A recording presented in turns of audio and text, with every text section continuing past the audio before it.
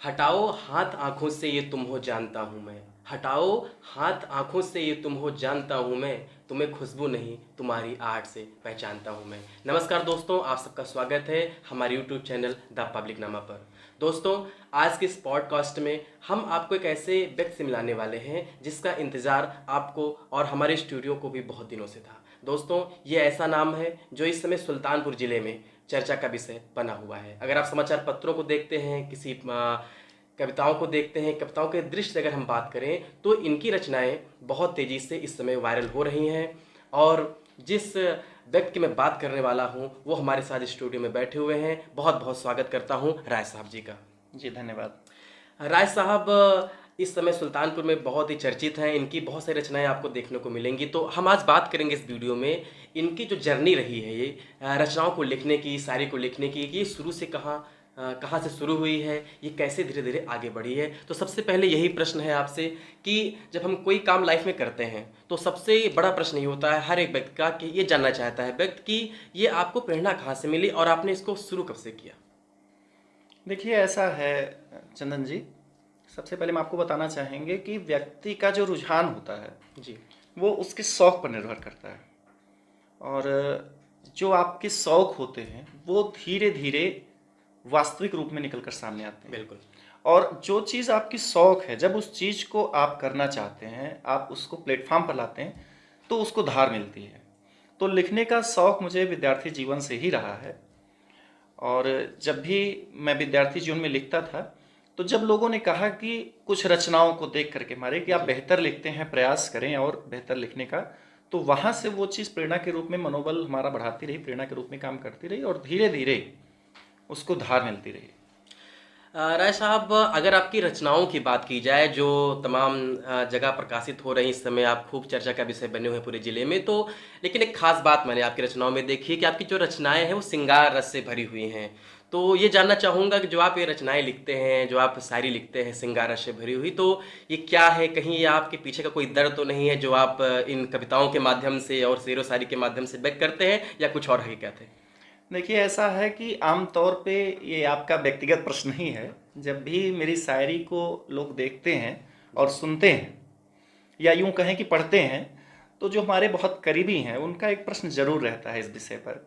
लेकिन मैं समझता हूं कि व्यक्ति का ये एक निजी सवाल होता है जी और इस निजी सवाल का व्यक्ति टाल मटोल करके जवाब देता है। लेकिन मैं आपको स्पष्ट रूप से कहना चाहता हूँ कि सबके अपने अपने रुझान होते हैं। कभी कभी क्या होता है कि हम सैड सॉन्ग सुनते हैं तो ऐसा उसके पीछे ये कारण नहीं होता है कि आप बहुत दुखी हैं या कोई विशेष रीजन है, जी या बिल्कुल। आप किसी क्षेत्र में जा रहे हैं तो ऐसा जरूरी नहीं कि उसके पीछे आपका एक अतीत हो।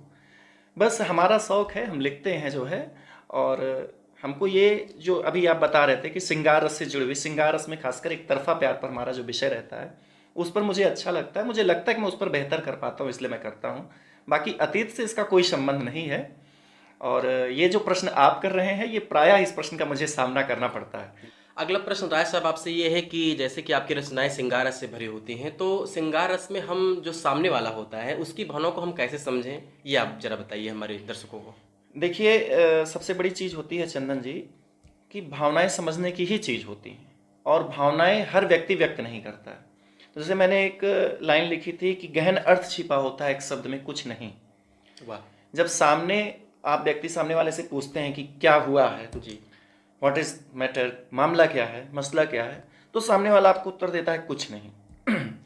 तो जब कोई भी व्यक्ति आपका सामने वाला जो बहुत आपका करीबी है अगर वो ये कह रहा है कि कुछ नहीं, जिस दिन आप उसके कुछ नहीं है के अर्थ को समझ लिए, क्योंकि कुछ नहीं में जिसने इसको समझ लिया कि कुछ नहीं है का मतलब क्या होता है, उस वही समझ सकता है कि इश्क क्या है, वही समझ सकता है कि इंसान क्या है, और वही समझ सकता है कि भावना क्या है।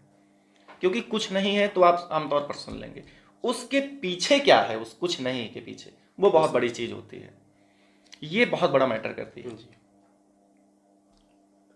आप हमारे सभी दर्शकों को जो ये वीडियो देख रहे हैं और आगे भी आपको देखते रहेंगे और देखते चले आ रहे हैं, आपको बहुत दिनों से फॉलो कर रहे हैं, उन सभी दोस्तों के लिए इस वीडियो के माध्यम से आप क्या संदेश देना चाहेंगे? देखिए जैसे कि संदेश देने का क्या वो है कि जैसे आमतौर पर हमारा जो विषय एक तरफा प्यार का, एक तरफा प्यार में क्या होता है चंदन जी कि जो प्रेमी होता है, प्रेमिका जो भी होती है, वो अपने प्रियतम को खोने से डरता है, जबकि वास्तविक स्थिति ये होती है कि उसे वो प्राप्त ही नहीं कर पाया होता है।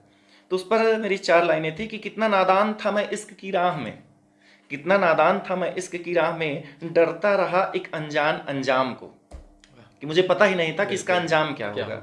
कि कितना नादान था मैं इश्क की राह में, डरता रहा एक अनजान अंजाम को, पाया ही नहीं जिसे एक बूंद मैंने, पाया ही नहीं जिसे एक बूंद मैंने, डरता रहा समंदर भर उसे खो जाने को। तो यहाँ पर हमारा अर्थ ये है कि जो एक तरफा प्रेम होता है वो उसमें क्या होता है कि हम खोने से डरते रहते हैं, कहीं खो न दें, कहीं खो न दें, जबकि वास्तविक स्थिति ये होती है कि आप उसको प्राप्त ही नहीं किए हैं।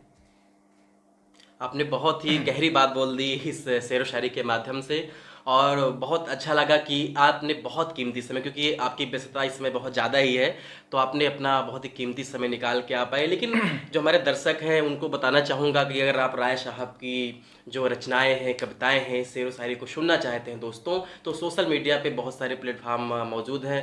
साहब जी का एक चैनल भी है, राय साहब का एक यूट्यूब चैनल है जिसका लिंक डिस्क्रिप्शन में दे रहा हूँ, आपकी स्क्रीन पर भी शो हो रहा होगा। इंस्टाग्राम आईडी भी है, आप इसको भी फॉलो करके यहाँ से वीडियो देख सकते हैं और सुन चंदन सकते जी, मैं आपकी बात को रोक करके हैं। जी 4 लाइन की एक पंक्ति है, जी, मैं इसको बिल्कुल, अपने बिल्कुल। दर्शकों के लिए पेश करना चाहता हूँ कि कैद कर लो ना अपने दिल में, कैद कर लो ना अपने दिल में, नहीं चाहिए हमें आज़ादी, कैद कर लो ना अपने दिल में, नहीं चाहिए हमें आज़ादी, डूब जाने दो अपने मोहब्बत के समंदर में, इश्क में जायज़ है ऐसी बर्बादी। बहुत बढ़िया, बहुत ही अच्छा लगा, और उम्मीद करते हैं कि हमारे सभी दोस्तों को भी ये चीज़ें अच्छा लगा होगा ये वीडियो।